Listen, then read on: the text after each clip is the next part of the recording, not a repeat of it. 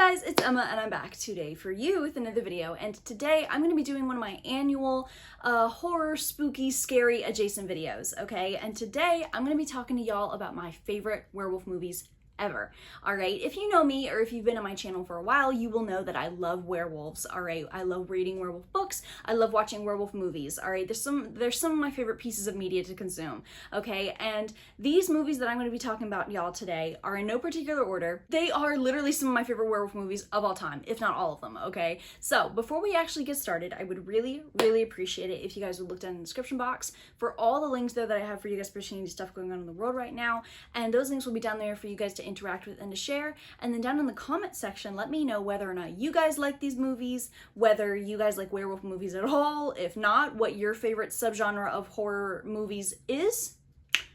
The works, right? So with that being said, let's just get right into it. All right, so the first werewolf movie I want to talk to y'all about is Underworld. All right, oh my gosh, this is one of my favorite movies of all time, and one of the reasons why I really love this movie isn't even because of the werewolf thing, all right, but it's because of like certain things about this movie that remind me of this specific era of movies that were made maybe like from the 90s to like the early 2000s that consisted of the lighting being really contrasted. Everybody was wearing black, leather, trench coats, boots, black haircuts, grunge rock, emo, goth, alt. Oh my gosh, it's just like that specific era. All right, like The Crow, Blade, Underworld, Vampire Hunter D Bloodlust, The Matrix. All right, I would even hazard to say the original X-Men movies. Okay, just there's a certain look about these movies. Underworld is just peak vampire versus werewolf media. All right, it just is. The werewolves themselves, or the lycans I should say, are like these big bulky things. All right, the design is so cool. Okay, they look and they sound like monsters. Like the first time I watched Underworld, it gave me nightmares. This movie is so good. The plot is great. The lore is awesome. Like I said, it's peak vampire versus werewolves. All right, and also Bill Nye's performance as Victor, magnificent. All right, like he's one of my favorite characters in like the entire franchise. He's just so scary. Bill Nye just like spits consonants at people. Oh my gosh, it's so good. His delivery is insane. Things that will be dealt with soon enough. This movie is so good. This is like peak vampire versus werewolf, and the lore is so good, and it's just so dark and gritty. Oh my goodness, it's great. Next we have Van Helsing, all right, which I would say is part of like that era of movies. Now look, one of the reasons why I love this movie is because of the cameos. I'm a cameo girl, all right? Like I love it when movie franchises like introduce characters from other franchises into it. It's so cool. So you get like this kind of clash, all right? Like Alien vs. Predator, all the Avengers movies now where, you know, they're introducing different characters from different movies, yada, yada, yada. The old black and white monster movies, you know what I mean? I love that stuff. All right, it's so fun. And this, Van Helsing, is no different, all right? Because not only with the werewolf, but we also have Dracula, Dracula's brides, about damn time, Frankenstein's monster, all right? We just have a bunch of people in here, and I love it. The werewolf design in here is awesome. First of all, they're bipedal. Okay, they're bipedal and they're stacked, all right? These dudes could throw me across a football field. And the transformation itself is sick, okay? Because, you know how, like, a lot of other werewolf transformations, it's just, you know, we see the bones, you know, jut out and go back in, break, whatever. We see, like, the limbs elongating, whatever. But this werewolf transformation in Van Helsing is really particular because of the person essentially having to rip the skin off of their body in order to unleash the werewolf underneath. And I think that just adds this whole new idea where it's like this thing inside of you is just under the surface and you have to essentially destroy yourself to let this thing go. And it's, oh my gosh, it was just so interesting, you know what I mean? Especially because at the time that I'd watched Van Helsing, I hadn't seen a werewolf transformation like that. And I don't know, I think it added like this kind of barrier in between the wolf and the person, you know what I mean? Which I thought was really interesting. Like they don't actually connect. You know what I mean? Like one doesn't morph into the other one is just underneath the surface and they switch places almost, if that makes sense. I don't know what I'm talking about. But yeah, no, Van Helsing also has just a sick fight between a vampire and a werewolf, all right, because we get the werewolf versus Dracula. The whole thing is just sick, okay? And I personally think that the CGI has held up for like, what, 20 years? Okay. The Howling is not gonna be on this list. I'm just gonna tell y'all that right now. Not to say the Howling isn't good. I like it well enough. The second one is a dumpster fire, all right? However, the fifth one, all right, The Howling, the Rebirth, peak. The best fucking Howling movie, and I'll die on that hill. It's Clue, but with werewolves.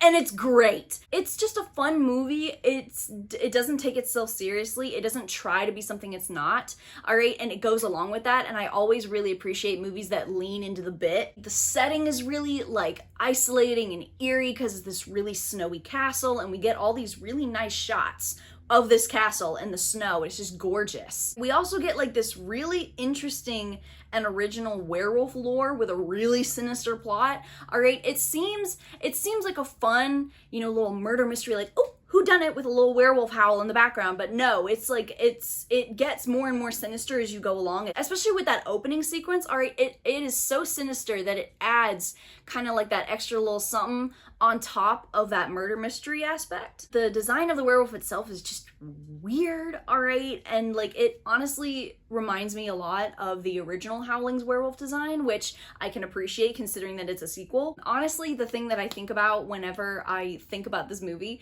is the soundtrack. Okay, the soundtrack is hilarious, okay, because almost anytime anything like really important or climactic or bad happens, there's just this don't.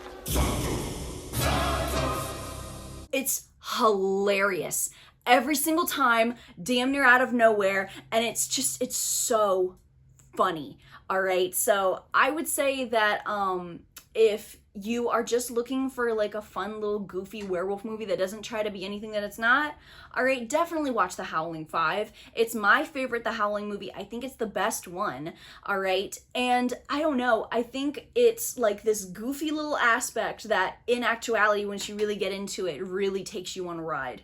Okay, this movie that I'm going to talk to you about next might be in the running for my top 3 werewolf movies of all time, and that's Dog Soldiers. The plot is cool as hell, all right? The atmosphere is wild, okay, because we're in the Scottish Highlands, so it's misty, it's cold, and the characters are awesome, all right, because we're dealing with like a platoon of soldiers in this movie, and just, they act like soldiers, which I really appreciate, all right? They don't act stupid, they don't make dumbass decisions, which again, I appreciate. There's even one character in here that legitimately fist fights the werewolf because there's nothing left for him to do. All right, like, I love that these characters go out fighting till the end. I just love these characters, all right? Spoon, one of my favorite characters in all werewolf media. I love him. And then the werewolf design.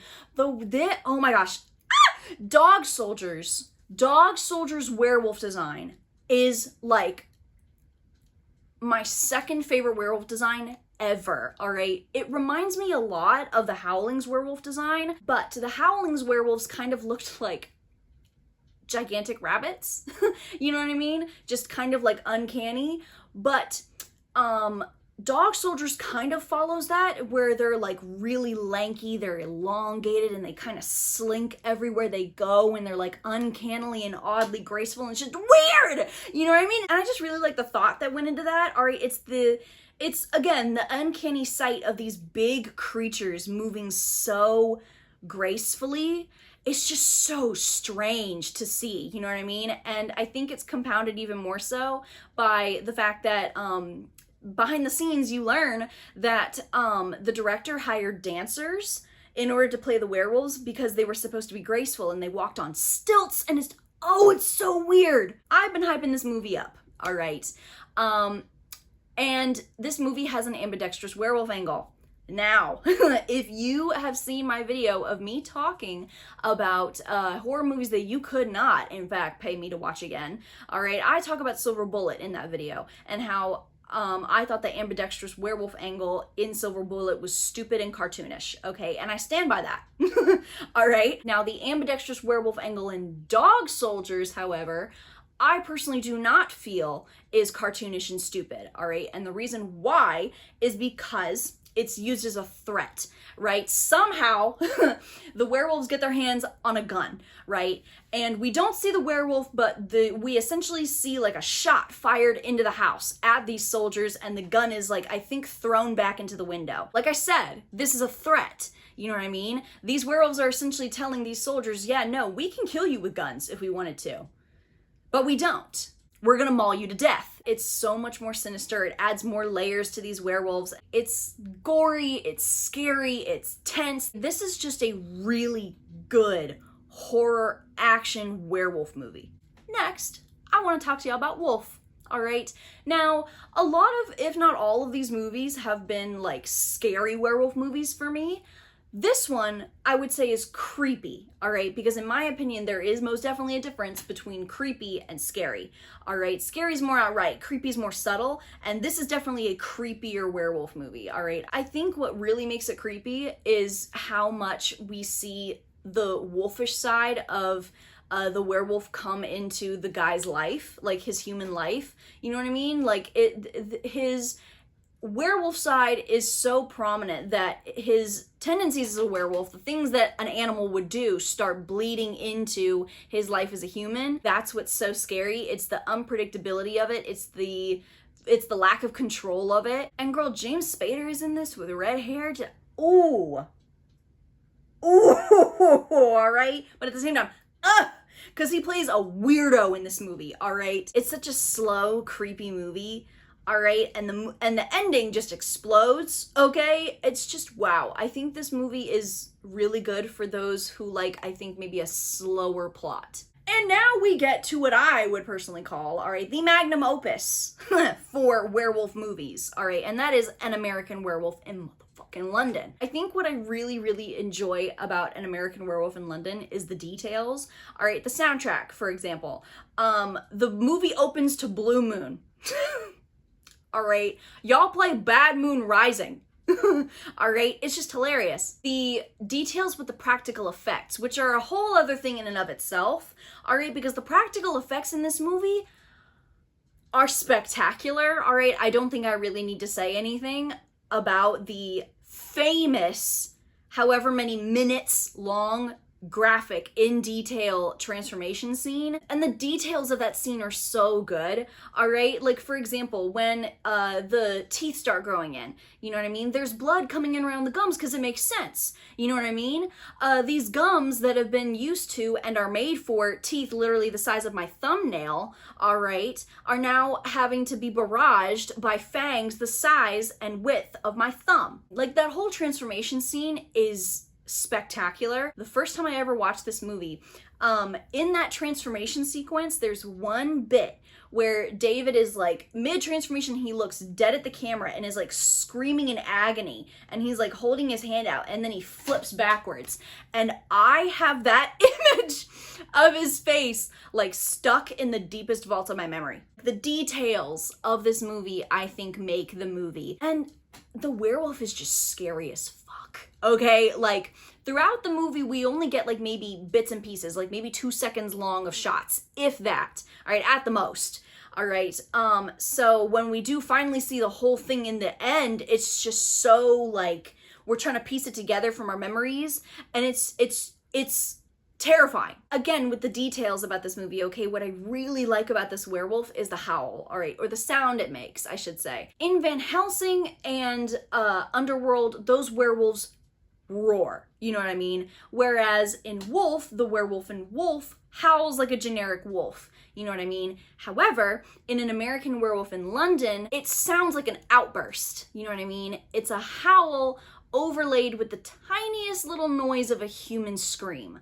All right, and every single time this werewolf howls, all right, it sounds, like I said, like an outburst. It just introduces this idea of, okay, so does that mean that when the person has become a werewolf, that means that this person is like fully conscious in the werewolf, you know what I mean? Like fully conscious of what they're doing, who they're hurting, who they're killing, you know what I mean?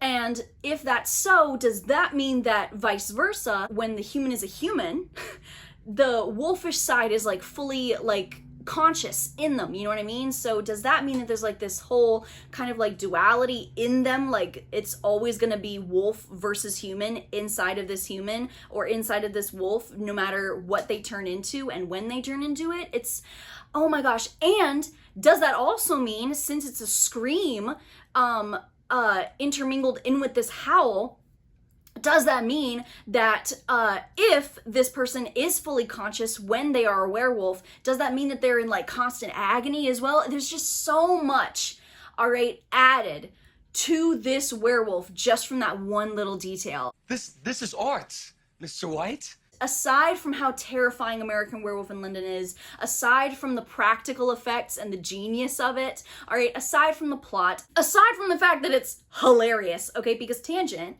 An American Werewolf in London, if you really think about it, is a funny-ass movie, all right? And I feel like it's compounded even more so by the fact that it's so jarring in, you know, how it deals with it being so scary one moment and then just funny the next. For example, we have this dude sitting here chatting, all right, just chatting with the ghosts of the 6 people that he's brutally murdered, all right? And he's, you know, trying to think of how to break the curse, break the cycle, and they are all of these ghosts are gleefully, all right, smiles on their faces,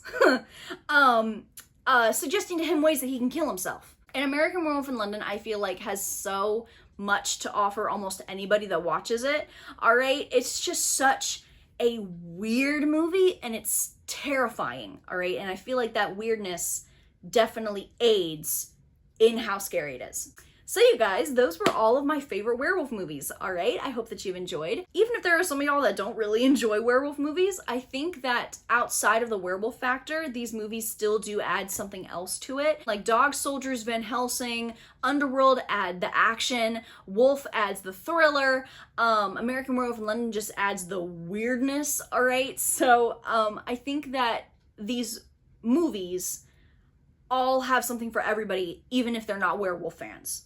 You know what I mean? So you guys, with that being said, I hope that you've enjoyed. I hope that you will continue to look out for more stuff on my channel. I hope that you guys are staying safe. And lastly, I hope that you guys have a great rest of your day.